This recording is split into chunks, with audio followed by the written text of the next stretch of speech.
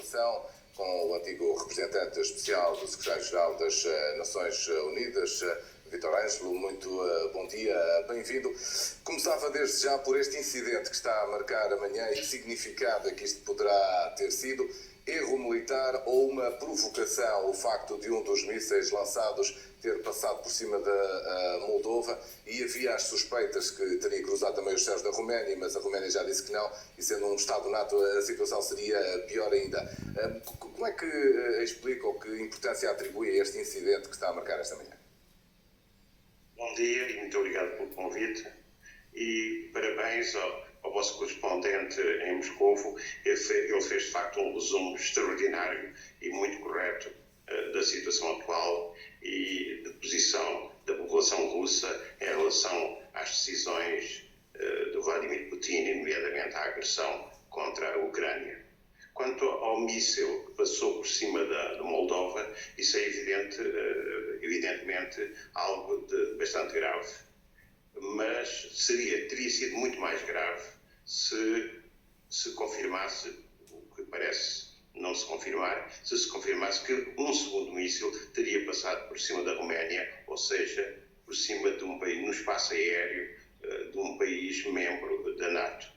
Este míssil passou pela Moldova, tem fundamentalmente duas explicações. Por um lado, porque foi enviado de um navio que está estacionado numa determinada posição, num navio russo que está estacionado numa determinada posição no Mar Negro, e o percurso, digamos assim, desse míssil passava pela Moldova. Isso é evidentemente uma violação do espaço aéreo e da soberania moldava, mas a verdade é essa.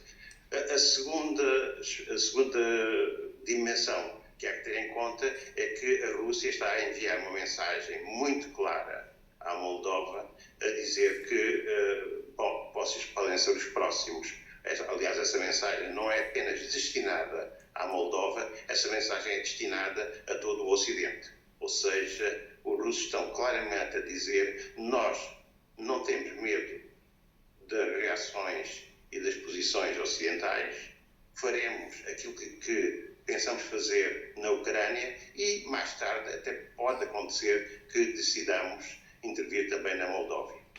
Isto não há coincidências, portanto, o facto de Volodymyr Zelensky ter estado em 2 dias seguidos em Londres, em Paris, em Bruxelas, e logo de seguida este ataque massivo, segundo as autoridades ucranianas estão a dizer, provavelmente o maior desde o início da guerra, este grande ataque massivo aéreo, com mísseis e com drones. Portanto, não deve haver grande coincidência entre uma coisa e a outra, não é? Não, aqui não há coincidências, aqui há uma ação deliberada de ataque russo na altura em que o presidente da Ucrânia, Zelensky, tinha acabado de concluir a sua visita à Europa. Ou seja, este ataque em massa por parte da Rússia durante a noite passada e durante esta manhã é para mostrar claramente o desagrado da Rússia perante a visita que Volodymyr Zelensky fez ao Reino Unido, depois à França e finalmente a recepção que teve em Bruxelas, na Comissão Europeia, na União Europeia. Ou seja, isto é uma resposta muito clara a esse convite que deve ter desagradado profundamente a direção russa e permite, ao responder desta maneira, ao enviar estes mísseis em grande quantidade, permite mostrar à população russa que o presidente Vladimir Putin não fica tranquilo quando uma provocação deste género é feita pelo Ocidente. Ou seja, ao convite foi feito a Zelensky para visitar a União Europeia, para visitar o Ocidente. A esse convite a Rússia responde de uma maneira muito firme e mostra claramente que essa será a resposta no futuro se novas ações deste tipo voltarem a acontecer. Ou seja, há aqui também uma clara intenção de mostrar que não há qualquer tipo de receio por parte de Vladimir Putin em relação àquilo que a União Europeia ou os países do Ocidente possam vir a fazer. Por outro lado, e eu só diria mais isto, Por outro lado, ele continua a insistir que isto não é uma guerra contra a Ucrânia, isto não é um ataque contra um país eslavo como é a Ucrânia, isto é uma guerra contra a NATO, porque a NATO tem estado a provocar a Rússia. E é essa a mensagem que ele procura passar ao povo do seu país, que isto não tem nada a ver com a Ucrânia, tem sim a ver com a expansão da NATO e com as atitudes agressivas do Ocidente. Mas continua também a insistir na retórica de que esta intervenção militar especial, como lhe chamou há um ano, é culpa da Ucrânia e dos ataques que tem feito à população russófona desde 2014. Sim, essa foi a argumentação inicial.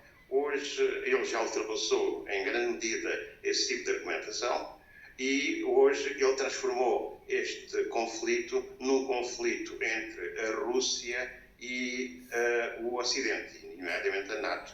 E é assim que ele consegue vender à população russa e à opinião pública do seu país este tipo de guerra, este tipo de ofensiva que de qualquer maneira não tem nenhuma justificação, mas que perante a população russa é mais fácil de aceitar se for explicada como sendo uma confrontação com uma NATO agressiva, expansionista e ameaçadora da Rússia. Doutor, uma última pergunta. A paz, as negociações são uma miragem apenas, não é? Nem pouco mais ou menos nós estamos perto de conseguir lá chegar. Miragem é a palavra exata, exato. Eu não vejo neste momento qualquer hipótese de negociação. Eu penso que a aposta da parte russa é numa ofensiva em larga escala, que pode ter começado hoje, ou isto pode ser apenas uma resposta inicial no seguimento da deslocação de Zelensky à União Europeia. Não se sabe por isso se é uma resposta apenas inicial ou se é o começo de uma grande ofensiva, mas essa grande ofensiva vai acontecer de qualquer maneira. Ele vai discursar à população russa no dia 21 de fevereiro. Provavelmente, nessa altura, ele vai justificar, uma vez mais, a razão ou as razões que, no seu entender, justificam esta guerra contra a Ucrânia e esta ofensiva que põe em causa a soberania e as vidas dos ucranianos. Negociações, não vejo qualquer tipo de hipótese, ainda mais com as dificuldades recentes que surgiram entre os Estados Unidos e a China. Havia uma hipótese de se fazer, digamos assim, uma espécie de aliança tripartida em que os Estados Unidos, a União Europeia e a China poderiam intervir numa tentativa de mediação, mas com a questão do balão é evidente que essa tentativa de mediação implodiu. Essa tentativa de mediação não tem neste momento qualquer hipótese. Muito bem.